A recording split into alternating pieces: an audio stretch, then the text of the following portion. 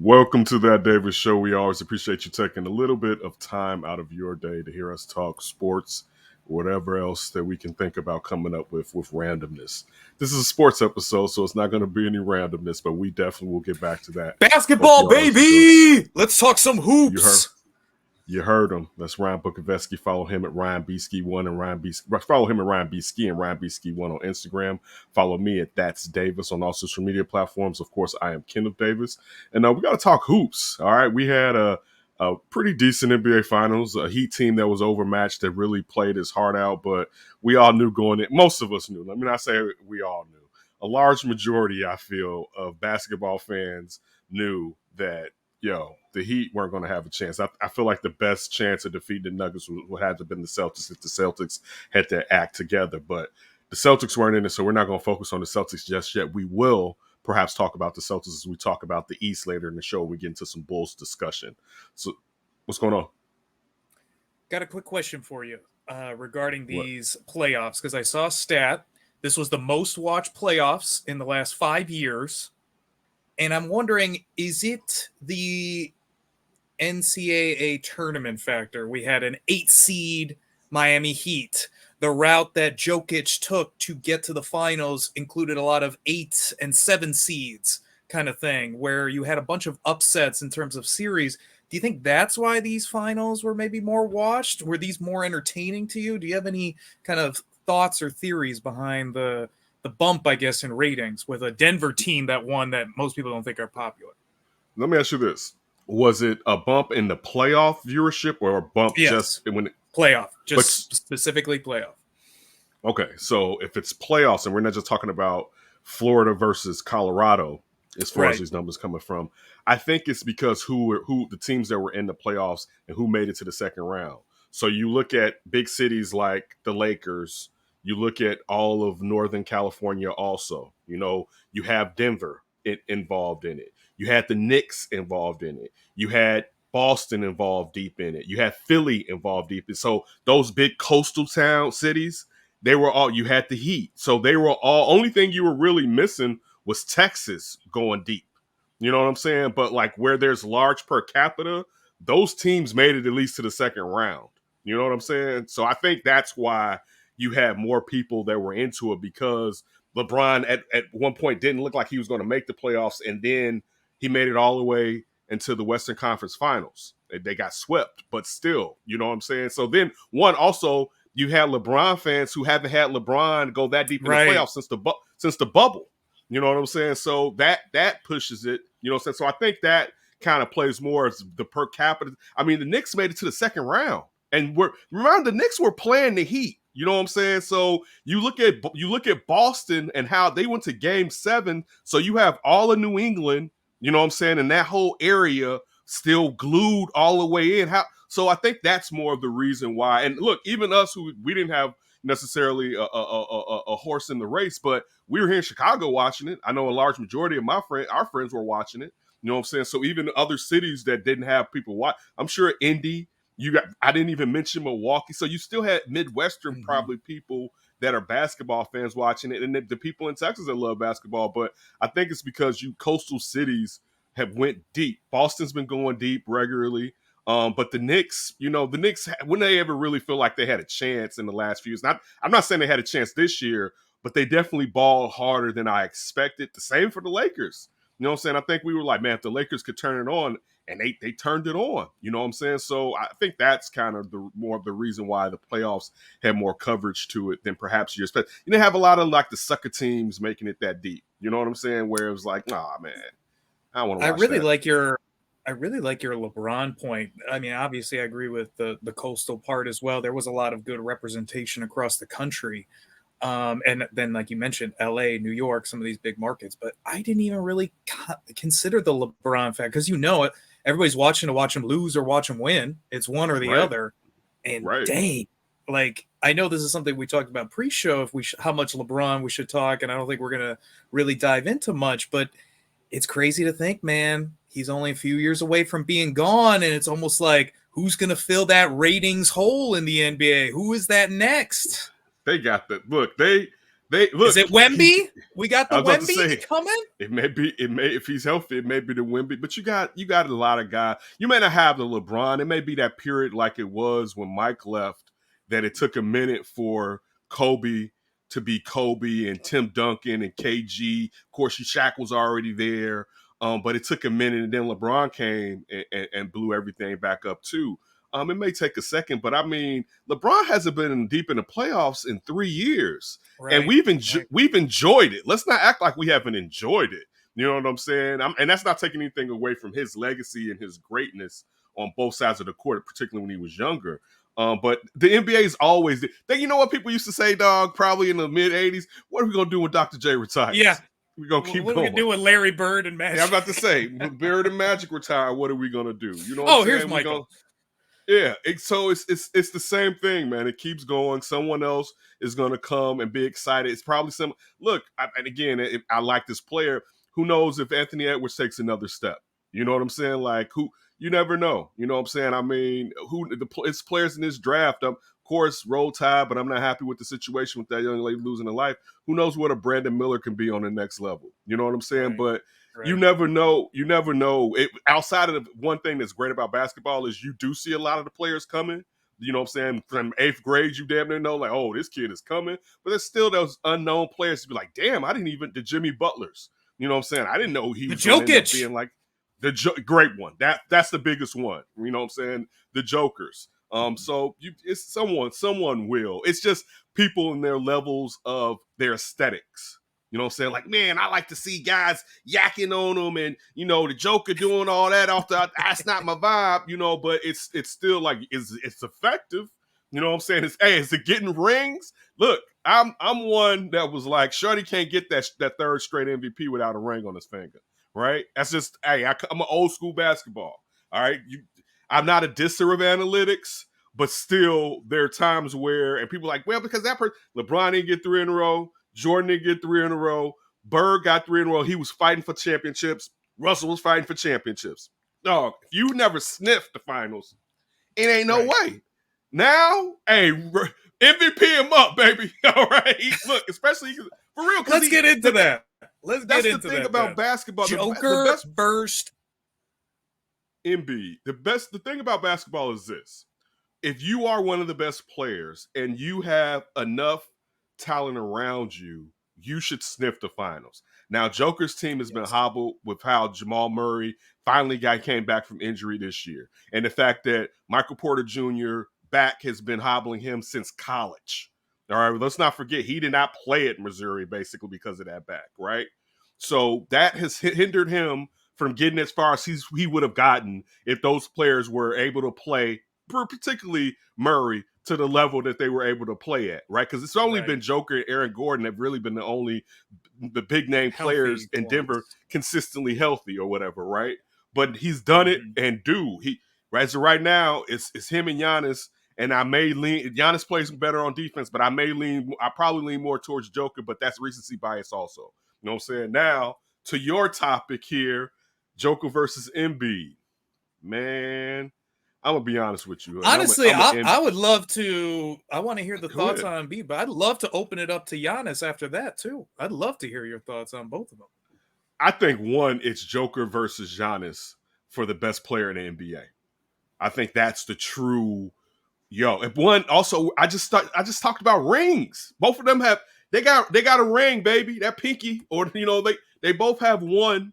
You know what I'm saying? They have rings. You know what I'm saying? But you got to start with one. You know what I'm saying? And they both got rings. Embiid hasn't gotten a ring, and Embiid hasn't sniffed the finals. Hey, so that was what I was going to say. No sniffing of the finals with him. That's a big, big problem. Hasn't sniffed the finals, and as of right now, may not sniff the finals in next season, depending on what they do. Because I don't know which way you go with Harden.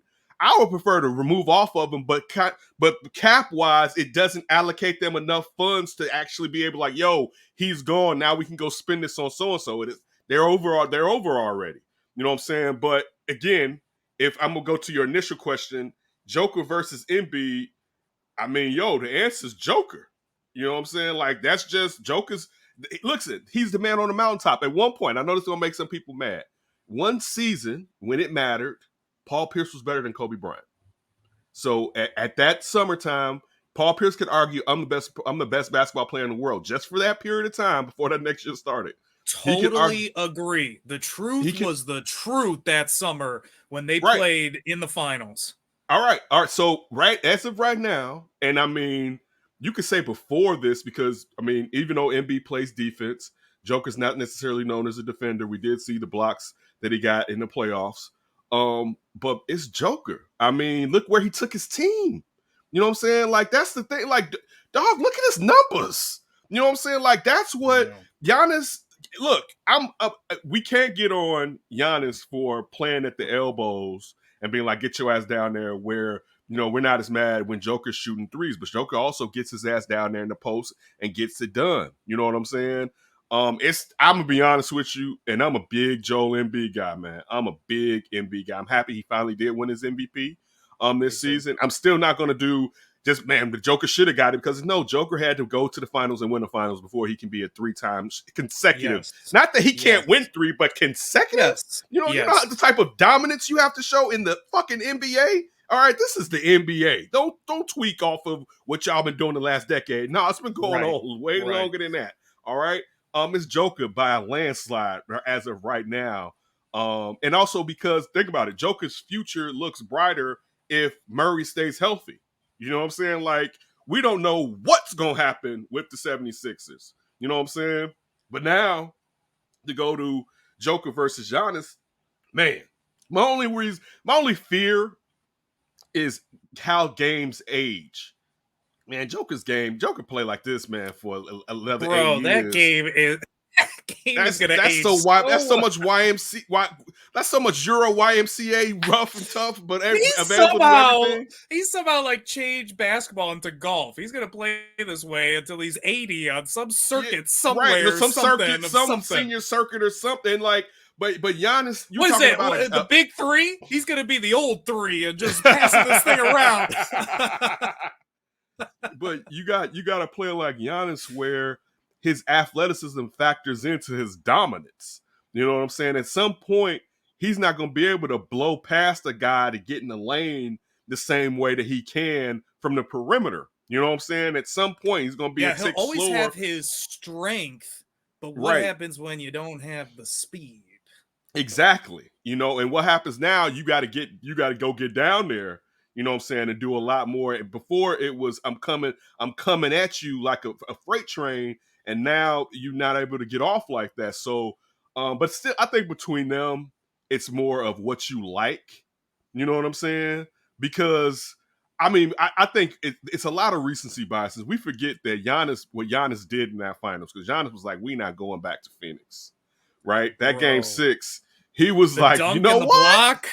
Right. He was like, you know what? We're not going back. I'm going to take this. I'm going to steal this right now. This is my chance to steal one, and I'm stealing it, right? I mean, so, it's a tick for tat because I think Joker's the easy one because we just saw it a couple days ago. But, I mean, Giannis, you got to think, Chris Middleton's been hurt the last 2 seasons. Right. His second best. So look at the same way with Jamal Murray. And look, Chris Middleton ain't Jamal Murray. You know what I'm saying? Chris Middleton's straight, though. I'm not dissing him. You know what I'm saying? But Chris Middleton can't get his own like Murray can get his own.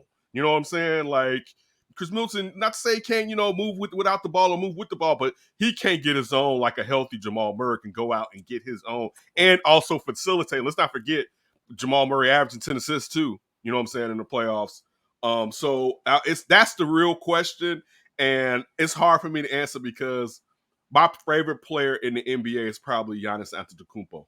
You know what I'm saying? I think he's probably my favorite player over like the last 6 years or something like that. So it's hard for me to. I will not. Like I will not. I mean, because it's recency bias. But I mean, it's just if you ask me who's going to win more titles, I'm really close to saying Joker. One, I think both of them come from good organizations. I do believe it may be easier to get some free agents to come to Denver than to go to Milwaukee.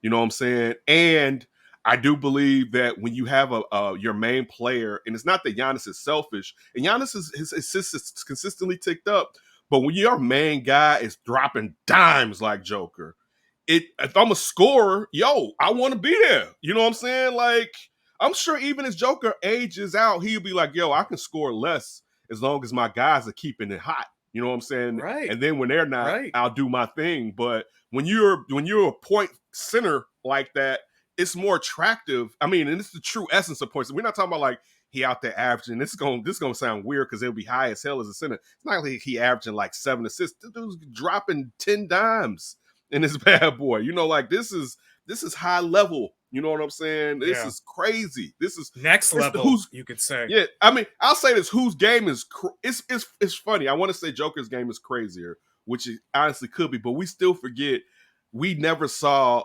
basically a 7-footer like Giannis coming screaming down the lane, Euro stepping and dunking on people. Like it's like you're not supposed to be able to do that. You know what I'm saying? Right. Same for Joel Embiid. I saw Joel Embiid at the UC. We talked about this multiple times. Spin off of somebody, drop step, dog. He was so far away from the rim. Drop step, drop step, dunk down. I'm like, oh, he about to lay this down. He jumped up and dunked the hell out that. But I'm like, you're not supposed to be able to do that, right? Like it's all. Look, I'll say this too. It's sad to a degree that they don't play in the era where there were more bigs because we will always hold that against them. These three dudes will be problems in any era. All right, believe for that. For real. Oh my god. These are because look, they're legitimately big. One, I mean, not to say like you don't have to be the size of them as long as you're as skilled or whatever. But these are legitimate bigs. You know what I'm saying? Like these men are huge. 7 foot men. Easy. Yeah, with skill that you rarely see in someone with that large. It's something. And that's the go to still what you're saying earlier about where who's coming. Dog, we were just arguing there are no centers. And I mean, still, these guys aren't battling real centers every day as far as Embiid and Joker, where they're getting the wear and tear that even a Shaq would with, you know, I could say David Robinson, Tim Duncan, Patrick Ewing, Olden Pollard, just all the old Chris Gatlin, like the Alonzo Mourning, like you were even in that era. Now, Shaq, they didn't face the amount of centers like guys like Kareem did in the 70s, you know what I'm saying, where the type of guys, Bob Lanier's, Artis Gilmore, like, you know, it's more teams that had bigs because that's how you won from the inside out, basically. But still, those eras are viewed as these guys were almost night after night getting banged up and stuff like that. And today, these guys aren't going up against that because they don't face 7 foot, 300-pound guys on their backs throughout the entirety of the season with the regularity that guys did past generations in basketball. But in saying that, still, this is free. The reason I was saying that, dog, it's more are coming. You got your rookie, your next year's rookie, first pick in his draft is 7'5", 3 shooting Kevin Durant-ish type freak dude. You know what I'm saying? Like they're coming. Right. But yeah, what about you? I've done enough talking. What about you? I think just, it's not that we didn't know this, but Joker's skill level has really just kind of like rattled my like thinking about the power rankings of players individually. And you hit on a great point, the translation of his game. Like he is always going to be this player, and I don't really see much changing. Like he could maybe get a little bit worse defensively, just being a little bit slower a foot, but we just talked about size. When you're 7 foot, you know, if you know how to kind of move your body and you kind of understand instinctually where to be, which obviously his instincts are off the charts, you can kind of get away with some of that stuff. Like if you were 6'1", okay, that's a big problem. We need you on the perimeter. We need you to be able to get down to the lane if some guy's blowing past you. But as a 7-footer, we're only going to expect you to do so much to begin with. And if you can position yourself, he's going to be fine. And offensively, we just know there's nothing about his game that's not going to continue to translate. Because one of his best skills, I think, is just, it's almost like Steph Curry shooting a 3 where you don't need to be like perfectly balanced or perfectly like aligned to get it up. He made so many floaters and things in the lane with guys just all over his body. And it just, let me just throw this up here. And it's a beautiful shot, left, right, doesn't matter. And I don't know, like, I'm with you. I definitely think the debate is over with the Embiid part. Getting to the finals was really everything. And just not only getting to the finals, but just dominating the ever living hell out of it. Like you brought up Giannis. I don't remember the last time I saw finals dominated like that until Giannis back in that Suns series. Like that was incredible. I And then think I it'll would probably be LeBron probably lean a first year little versus Golden State. After I would put right before that when they lost, but LeBron was giving Golden when State he that should have work. been Finals MVP. His MVP. I Yeah, don't he care. He should should have have been a been Jerry Finals West Finals MVP. MVP. LeBron was Yes, giving them that. I ain't never seen that. Right? yes. That worked. But go ahead. I interrupted you. That's a great point. I never saw that stuff either. That was amazing. But Yes. I guess I would lean Joker as the best player in the league right now. That's probably a little bit recency bias, but I am just in this zone of amazed by all the skill that he has of so many different ways that he can impact a game. I guess Two with sides just of the ball, Giannis, though. the other thing Two- too, the other thing with Giannis, if he had been healthy to start, we might not even be talking. It might have been Giannis versus Joker in the playoffs, and we might have gotten our answer. We may, dog. You know what? We may get that answer. We're living in the era where, depending on what Milwaukee does, and I don't know what Milwaukee can do. He would have to play less because you got to look at Chris Middleton as a free agent. Man, I wish they would get somebody else that could really help him and Drew Holiday. I hate to say, I wish Chris Middleton could come back for much less just to be that guy if he could get healthy. But look, Chris Middleton's always been where I've been like, You know what I'm saying? Like, yeah, good enough, but not good enough. Killer in those finals and that playoff run when they won. He was sensational, but did you kind of get Chris Middleton at his absolute best, and he'll never be able to get back there? That's it. And it was more rare than common. You know what I'm saying? Yes. Been different if that's this is what Chris Middleton does. He just got hotter. No. This is Chris Middleton at his best right here. And this is prior to him getting hurt. I think I'll say this about Jokic. One thing about watching him, it makes me wish there was film on more stuff about Bill Walton before the injuries took place in Portland. Right now, I know he wasn't shooting threes because big men didn't necessarily go that far out, but like that to me has to be the comp. I think Bill Walton was more athletic, but that has to be the comp of everything we heard, like my dad and people talking about Bill Walton and just that he could do everything. You know what I'm saying? Like that's what you used to hear and be like, "Word for real." Right. It's like, really? As he's talking his craziness on a broadcast, like, get out, what? Like, Bill Walton. I mean, but dog, when you just think, dog, he came after Kareem at UCLA, and UCLA didn't miss a beat. Now they weren't the only players they had on those teams. You know, they had squads, but he came after Kareem. You know what I'm saying? Like, think about that. Kareem, I mean, we forget about his greatness like crazy all the time too. Oh yeah, we don't. We disrespect it. We totally disrespect it. Yeah, I'd love to see that too. Like you said, the Bill Walton. I've only heard about his magic touch with passing, similar to like Larry Bird kind of thing. It would be, and that's I guess the other thing that I've just kind of come away from this finals. It reminded me of Golden State and almost maybe San Antonio a little bit. That brand of basketball of just everybody passing it all the time. There is just this extra level of beauty to that style of game versus any other basketball play. Sometimes, because I'm gonna tell you a little bit of look high level 101 when that shit dropping that can be amazing. Like that All-Star game, LeBron versus Kobe. Yeah, like high level, and I'm not even. It doesn't have to be guy on guy. I'm talking about like, we need this shot. Everyone knows he's getting the ball. They're going to send their guys, and he's still going to make it. There's some magic to that, too. All right? Like, there's definitely some magic to that, where it's like, damn, he made that? Like, there's some magic to that, too. I have to say. That's some of the best part of basketball. He made it goes even like stuff. Like, I was watching something.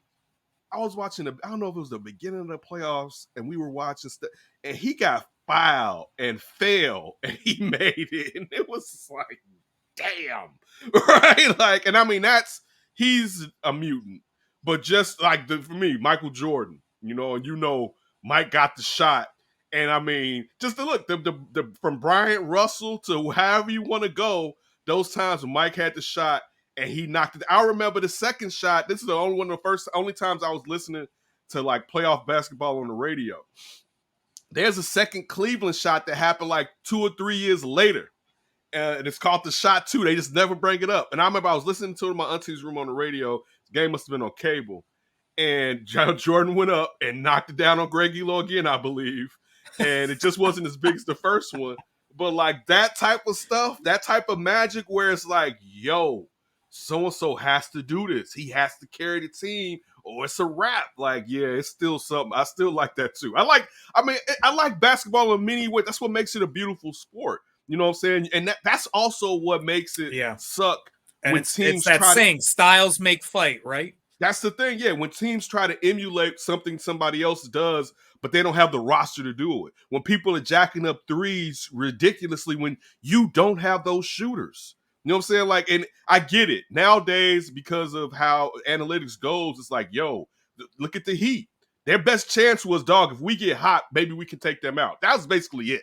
You know what I'm saying? So I get it, but you better consistently score and do what you do on defense to lock this team down, to keep kind of hopefully put yourself in a position where later in the game you may just be able to get you one. You know what I'm saying? And that to me, where you had teams that, and I know some teams, look at the Bulls, need to shoot more threes. I'm not saying I'm not saying I don't get that basketball has changed and the 3-point shot is vital and that it has to be implemented.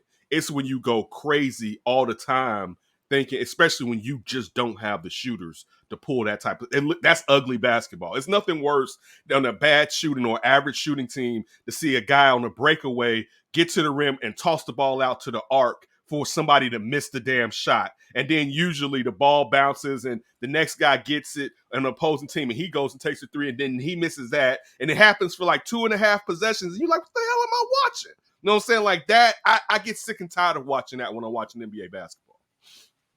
Yeah, the overdoing of the threes. I mean, if it's a part of your game and you can do it, great. But definitely the universal, hey, that's what you should be doing. I'm definitely tired of that. But so the season's over. We've got our champion. What's the forecast for next year, weatherman? Weatherman of the NBA. I want to know what's the forecast. Who's going to be the favorites for those finals next year?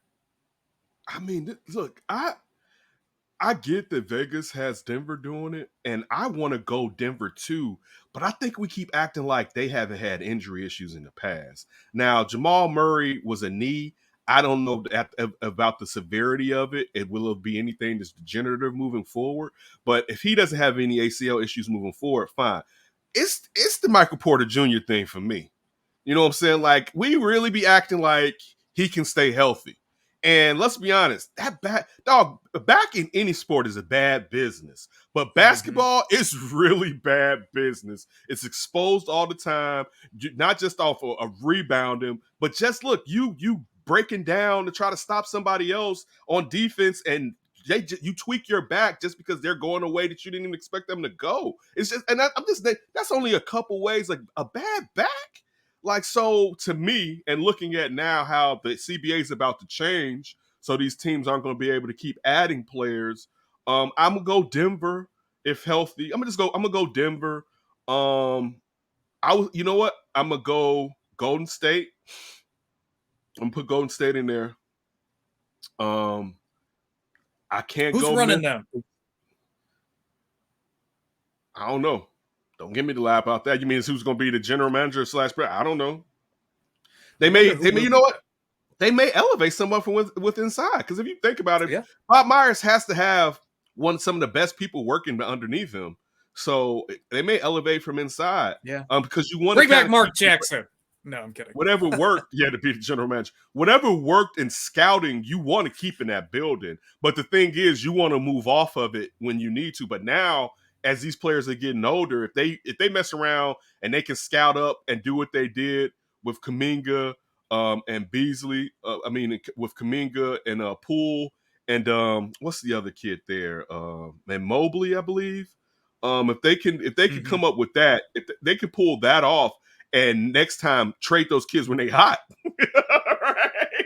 or hopefully those kids can sustain what they're doing and start replacing the vets, or at least taking away some big time minutes from a Steph as he starts to age older and older. Because I mean, think about how long Steph can play basketball. Steph, if he wants to, Steph Curry can play into his 40s coming off your bench just knocking down threes. You know what I'm saying? Real. Like Ray Allen, basically. Yeah, yes, dude. Like he could play he can be your Vinny microwave guy. He could play like his dad now with a handle though. But like Steph could play forever with that range. You know, he ain't gonna be able to D up nobody, but he can play. He can play forever. You know what I'm saying? But I'm trying to think about the West Coast teams that were good. I mean, it depends on what the Lakers. I can't say the Lakers. I never know what type of AD I'm gonna get, and it's never consistent enough. And LeBron will be a year older, and we did see LeBron tire out in the playoffs. I don't trust Minnesota. Houston's so far away from really doing anything. We don't know where the hell Portland's going to be. Dallas does anything for you? Nope, not a damn thing. All right, because I mean, like it didn't work. Look, they'll experiment. I know they only had less than half a season, but the Kyrie Luka thing didn't work when they were on the court together. And then if you're going to have them on the court, you got to have defenders around them. You know what I'm saying? A lob threat and defenders around them. So San Antonio's far. The Texas Triangle, and to be honest, is messed up. I mean, it has star power. Don't get it wrong. Luka is that dude. You know what I'm saying? And Kyrie, we all know Kyrie's a wizard. And Wemby is gonna be that dude. Yeah, but it may take 3 years before Wemby can affect winning in a way to get the Spurs going. Because you got to remember when they had Duncan. Yeah, Robinson was there. Robinson was there already. So it wasn't like it was all on Tim. Mm-hmm. You know what I'm saying? You still had a great center in David Robinson. They don't have that down there right now as far as the players. And then think about how they drafted when you brought in a Parker and a Mono. You know, you still had Sean Elliott down there. You had the little general, you know what I'm saying, and Avery Johnson. Memphis is, what the hell is going on in Memphis? Right, like that should be the team we're talking about. Half a year suspension for Ja Morant here coming soon. Right. So, and luckily they got the what's the name kid, the Jones kid, the backup point guard, Tyus Jones, who definitely does a well job replacing Ja when he's out.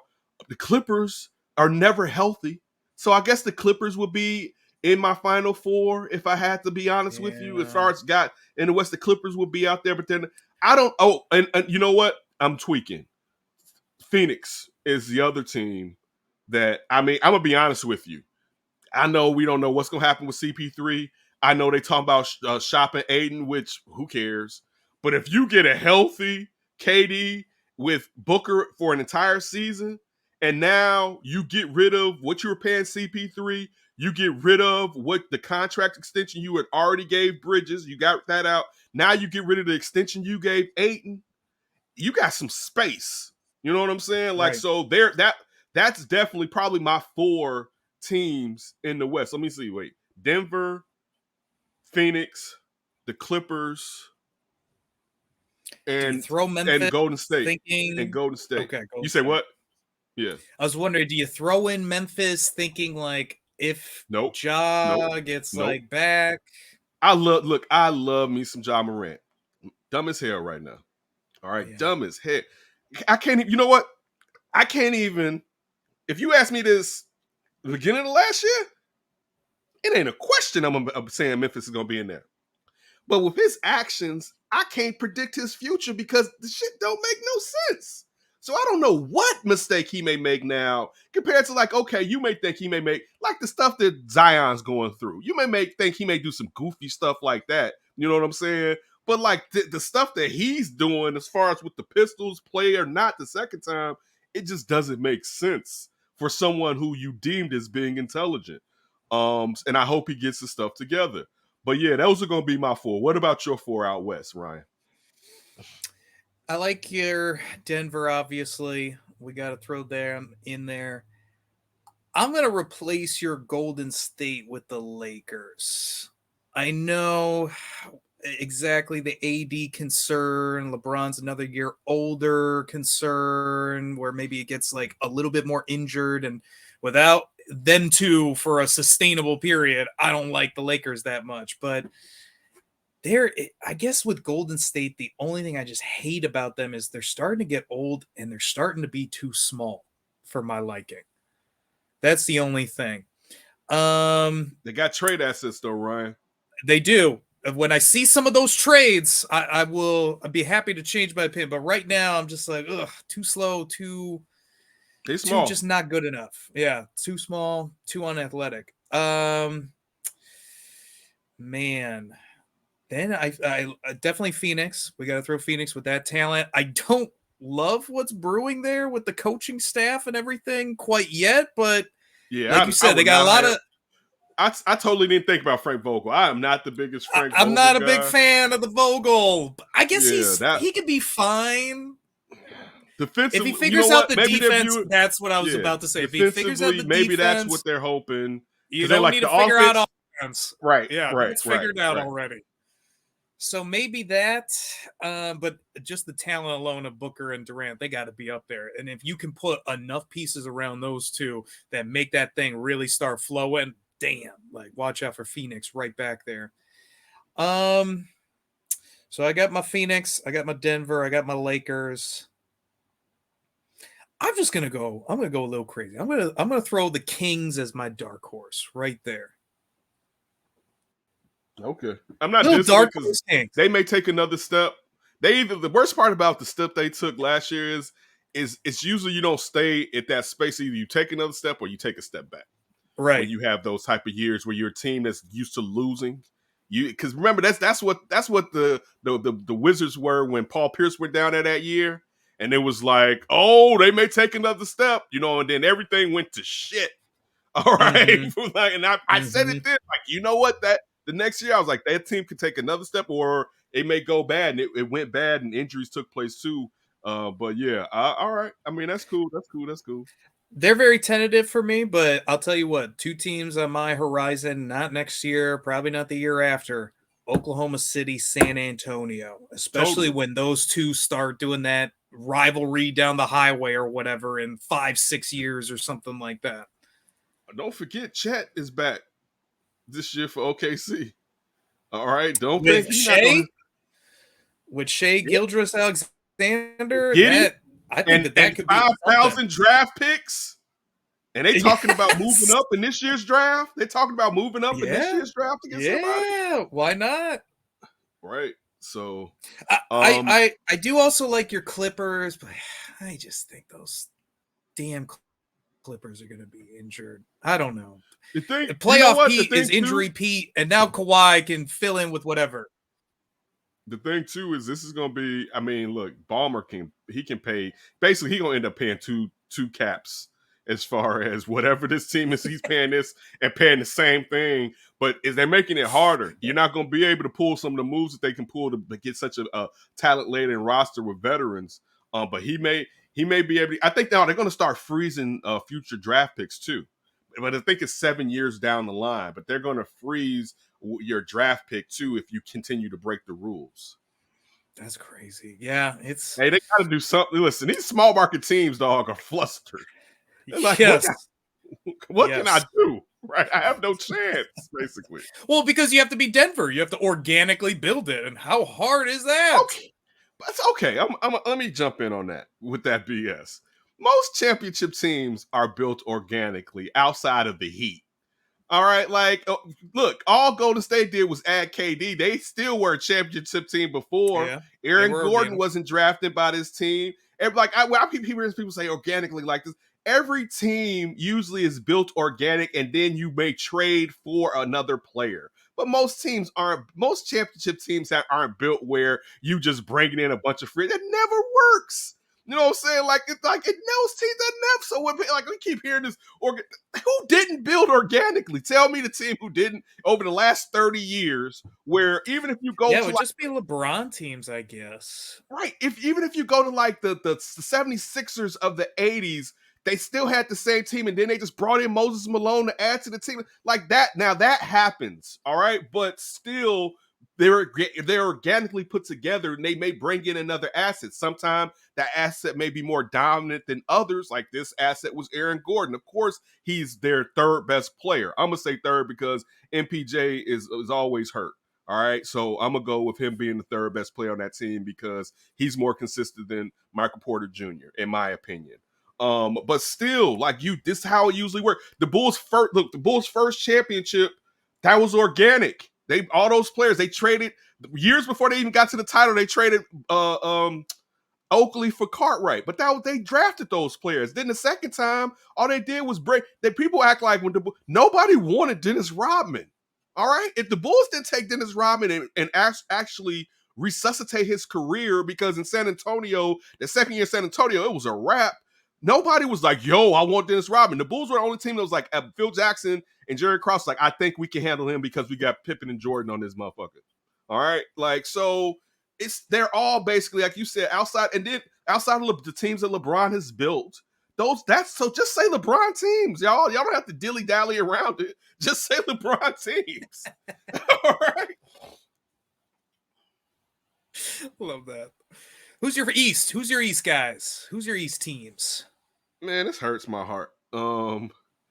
Boston, because Boston needs to make sure they do what's best. As far as you got team. I'm still pissed off at them. I'm with you, but now, and this is what everybody gonna use. Look at what Denver did. Because I'm sorry, if I'm Jamal Murray, the first thing I'm gonna do after tearing my knee up is not ask the owner, "Is you gonna trade me?" I'm gonna wait a minute first. All right, maybe a month or two, but that's not gonna be like, "You gonna trade me?" Just for me, all right, just for me. But most people are gonna say, "Look at what Denver did by not blowing that team up." And you know what I'm saying, at one point thinking, look, we got to move off of Jamal Murray, got to move off of Michael Porter Jr. perhaps. And Boston should not. Because also remember, Jaylen Brown's extension doesn't kick into after next season. And then after that, you have to max out Tatum. But that will be after that season. So you still have a window before both of them are living in their super max extensions. You know what I'm saying? So, and still, to be honest, if both of them are healthy, somebody's gonna take one of them.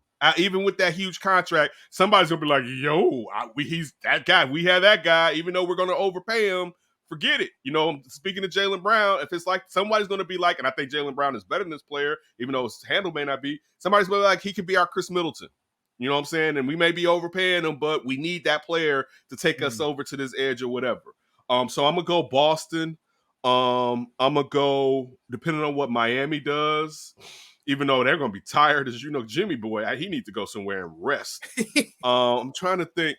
I don't know. It's so much up in the air in the East. I don't know what Philly's gonna do. I know. I know they have. I hate to say it. I know they have better coaching and a better head coach now, though.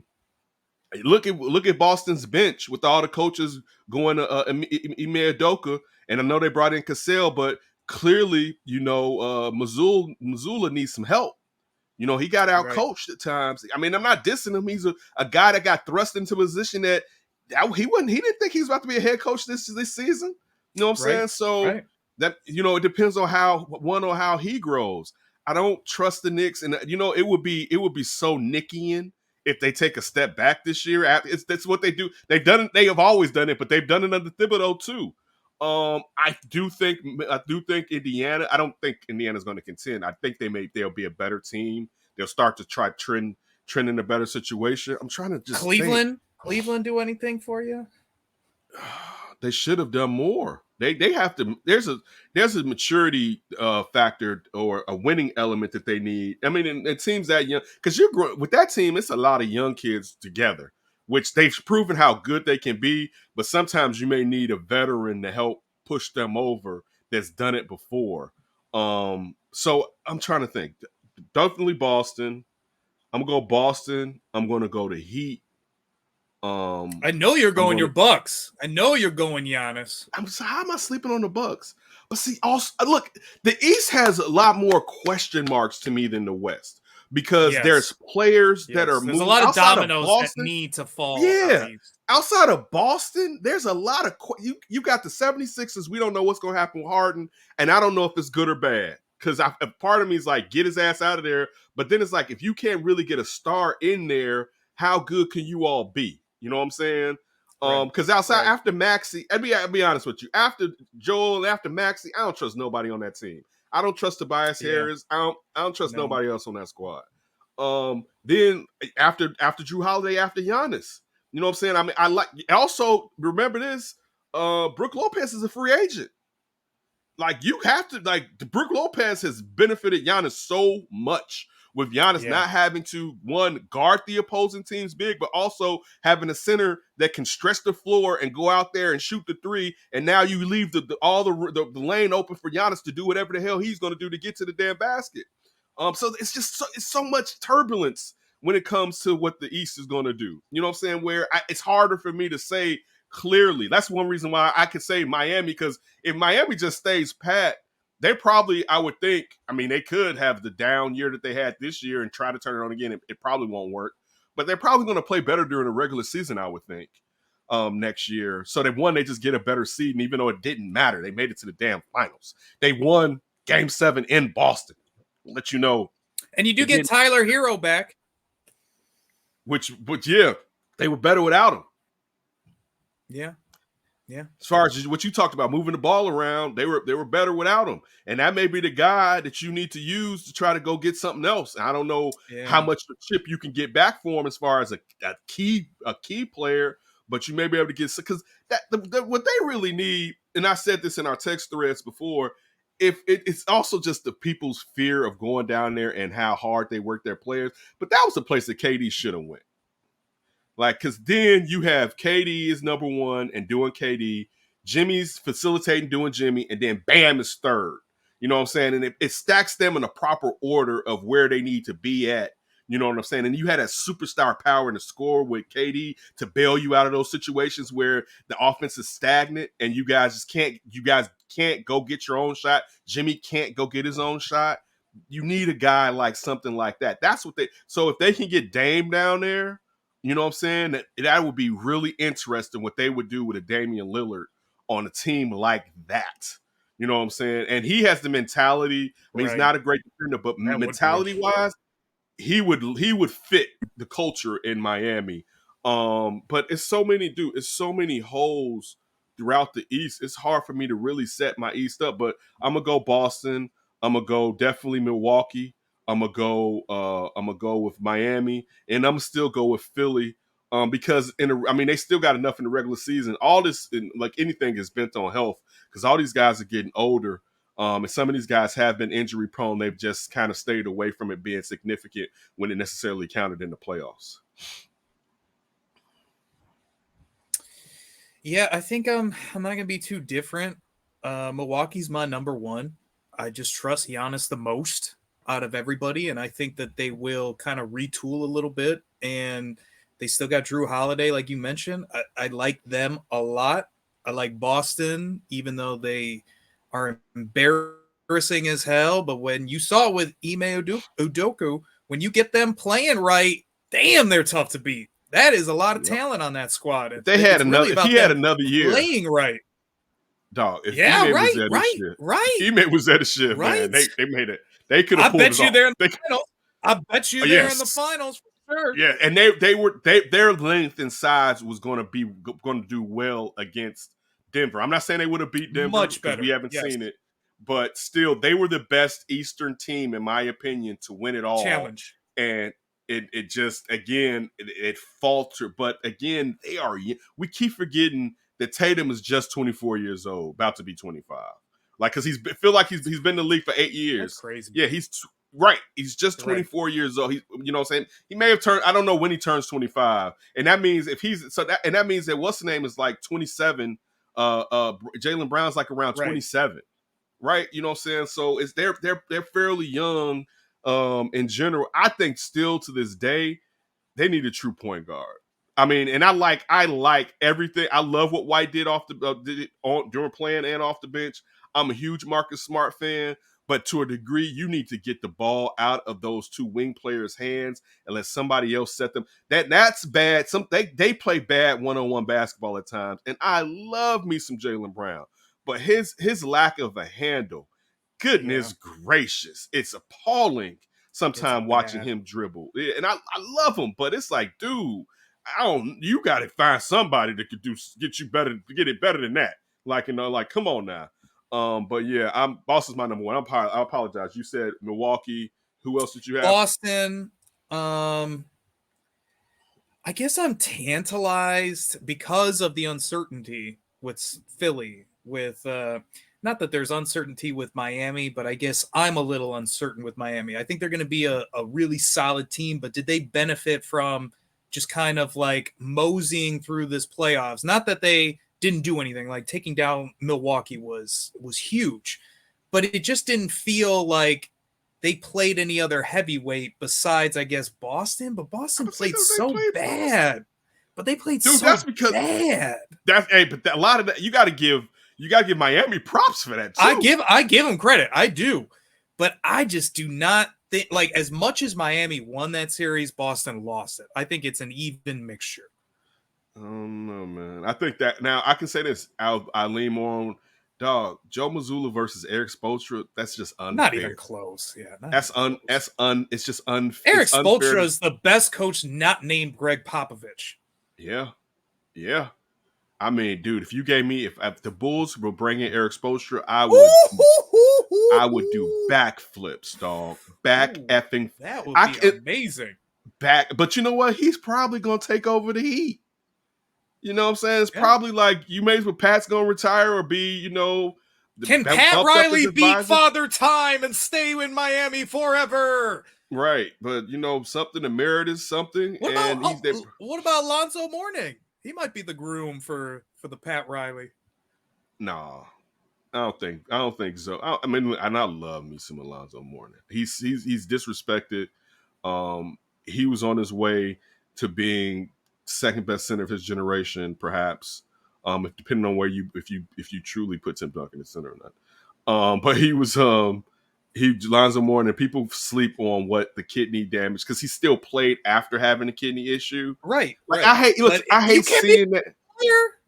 You say what? He can't be the same player. He was never the same player after that. He was still good. Defensively, he was still, but just what he was prior to that, people just there were several years where he was the best center in the NBA. And we're talking about Shaq in his prime, David Robinson and Patrick Ewing, but Zoe was on both sides, man, shooting that rock from 15-footer, blocking shot. Like Zoe was a beast. No, he was just down there with Tim, injured Tim Hardaway, right? Still giving people business. You know what I'm saying? Like the Heat were still they were giving business out down there. But yeah, that you're being unfair to ball. You're being unfair to the Heat with that one. You got to get them props. You got to get them props, man. They defensively they got in their ass. You know what I'm saying? They would be my third team right now. I think that they're just they're too consistent and they have enough talent where you can't put them there. Oh, I guess like I'm one of those. I don't love all the undrafted free agent. I think it's a great story. I think it's really great how they're developing them, but it's not crazy about it. Look. I'm a snob like you, right? But this is the problem that I have. So everyone keeps harking on they got like 12 undrafted free agents on their team or whatever, right? And my thought was, and then they lose, and people are like, "What's wrong?" And my thought was, they got 12 right. on their team. That's why when we were in the group chat, at one point, when Strauss is going to return to Strauss and Corbin or whoever, right. like these, Duncan Robinson, he's going to be great, but then he's going to be Duncan Robinson. Right. So it's because we said it in that group chain. I remember texting it when it was the Western Conference Finals and the Eastern Conference. Whoever wins the Western Conference Finals is going to win it all. Because I thought Boston was going to lose, and I didn't think Miami could beat either of those two teams because they just didn't have enough. Man, Miami may have a chance to beat the Lakers, bro. They could have, but I think I would have gone with the Lakers to beat them. I'm not saying I would have maybe gone. Man, I don't know.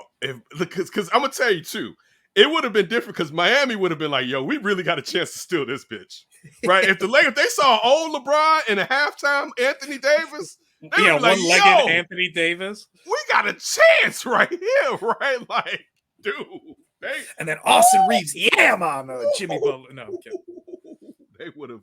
That one would have been interesting because Miami. Because my thought was like, man, Miami got to know. I was like, and they hard. I know they can't tell them something, but like, man, you gotta know. Like you've seen it, like, man, we can't beat this team. They were not going to beat Denver. That's for damn sure. You could definitely be right that they would have beaten LA. But let's wrap it up with a little hometown flavor, because we're talking about the East primarily as this uncertainty. We need some dominoes to fall. Bulls need some of that crap too, obviously, with Vucevic as a free agent, whatever. But let's do a little Bulls optimism, I guess. Do they factor into anything in the East powers next year? I mean, man, how? I mean, we had 30 something games with Lonzo. You know what I'm saying? And I don't want to say we never have another game, because I don't want to take a dump on that young man's career, because this is tragedy. Forget the Bulls part. It's tragic. Yeah, he's still getting paid. Oh, he enjoys basketball. He was a hooper. You know what I'm saying? And like that kid, and everybody wants to attack him for his dad and all that stuff. That dude just kept working, and I didn't think he should have been the second pick in the draft when he went, but he just kept working, getting better and better. And we would have saw the best version of Lonzo. We would have saw his ultimate prime. I'm not saying he would have been the greatest of greatest, but he was turning into something here in Chicago. Dog, you see that first half with the Bulls should be a top, and I'm saying it could be higher than 5. They easily would have stayed in the top 5 in the East with him if he was their starting point guard. And you forget defensively what he brings to the team, the pace, and also his 3-point shooting. He was their best 3-point shooter. Mm-hmm. Yeah, he was the glue. He was the glue on offense and defense. That kept everything together. And he also made everybody else want to pass the ball, because his passing was infectious, the way that he played the game. Without Lonzo, man, this roster ain't going to work. And I'm not saying if he was here, they would have won a title. By no means am I saying that. But that was the key to everything. I don't think you can get that from Kobe White starting at point guard. You got to get a point guard, you know. That's first and Chris foremost. Paul? See, the problem with Chris Paul, and I'm not against Chris Paul coming here, but if the purpose is to hasten the pace, dog, even in Phoenix, when he was out and they ran the pace up, the question was, well, when CP3 comes back, will he slow them back down again? You know what I'm saying? Because you're trying to get more shots up, you know what I'm saying? And that's not necessarily Chris Paul's game, particularly as he gets older and older and older. I mean, he held on to the ball anyway, but he, particularly when he's gotten older, they need somebody, man, that's going to run and can locate guys expertly at the point position. I'm off the Vooch. I never was on the Vooch bandwagon or whatever. I didn't believe in Wendell Carter, but I was never on the Vooch bandwagon. It'd be better if Wendell Carter was here. But I'm with someone that D's always wanted. You want to go out and see if Christian Woods will come up here to do, because if you look at a lot of stuff you asking Vooch to do, he kind of does that, and he's gonna do it for cheaper money, or I don't know, him being younger, or if you're looking to do something else when it comes to the 5, they so far down this Patrick Williams hole. I don't know if they should abandon it, or keep going, because I feel like, and now they got us all shook because they keep getting rid of people before they should get rid of people, right? Even if you don't think that Laurie would ever be the player he was in Utah last season here in Chicago, they're supposed to evaluate and figure out how to unlock him and get that done here. So now you're in fear of any time if they move off of some young talent. So let's just say in a trade that really brought them something back, they would have to include Patrick Williams at the core. If the two tandem of your wing players in DeMar and in Zach are staying, Patrick Williams has to go. And then to go see Patrick Williams flourish someplace else. But then I feel like an idiot, because what if he is who he is and he never flourishes, and this could have been the year to get something for him and to give somebody else that issue of a decent role player, but a player that's never going to necessarily be a supreme impact player in the NBA. The Bulls, I mean, they messed up. You know what I'm saying? That's just the truth. I would say, and then the question is, are they going to try to make some moves and get into the draft? And so what? Is it going to be Scoot Henderson, or is it going to be Brandon Miller that they try to go off to if Portland does make a move to try to bring some star talent there with Dame, if they decide not to blow it up and keep Dame there? And then who are you trading away? I'm definitely with trading away one of them stars. I'm for it, especially if you're not going to get a point guard to come here. that can, or just somebody that can come here and take this to another level. If you can't do that, you may need to start looking to move off of one Zach or DeMar. You know what I'm saying? And it may be time to move off Zach because Zach's going to get you more than DeMar can get you. But the question is this: once you move off Zach, does DeMar come into the office and then say I'm out? Like, I don't want to be here rebuilding with y'all. You know what I'm saying? Like, Zach, the reason I came here is because you was going to overpay me and Zach was here. You know what I'm saying? Now I'm on the last year and I want another contract. Now it's a situation where maybe you could talk with them and be like, we'll extend you. You know what I'm saying? And that will be enough for him. Well, he'll be like, all right, I'll stay or whatever. But I cultural wise, I like Lamar around. I still think they need a vocal dude too. They need a hothead. You know what I'm saying? Like, they really need a hothead. So somebody what just what Pat Bev. That's what Pat Bev bought. They need him to be able to do more than what Pat Bev could do at this point in his career. But yeah, man. What are your thoughts on the Bulls? Because I don't have any answers, but more questions when it comes to the Bullies. I just think you got to be realistic, and I think they've already made their mistake. You should have traded Vooch at the deadline. Like, you got to look. Forget the East. Look at your division. And I know we don't really look at divisions in basketball. Right. You got Giannis, superstar, top 3 player who ain't going anywhere in Milwaukee. You've got Indiana and Cleveland, these teams full of young, exciting talent that is athletic Detroit and above the rim. Detroit too. Detroit too. You have to start all over. Like, it's too late. If you're not ready to win right now and compete for a title right now, and you know you're not, especially because you don't have Lonzo. Maybe if you had Lonzo, like you said, you'd be a top 4 team, and with the domino effect, the dysfunction, maybe you see a route, right? But you don't have Lonzo. And to me, you should have been starting to blow this thing up, because if you're not going to win within the next couple of years, you're going to be the worst team in your own division. Forget the East, the division.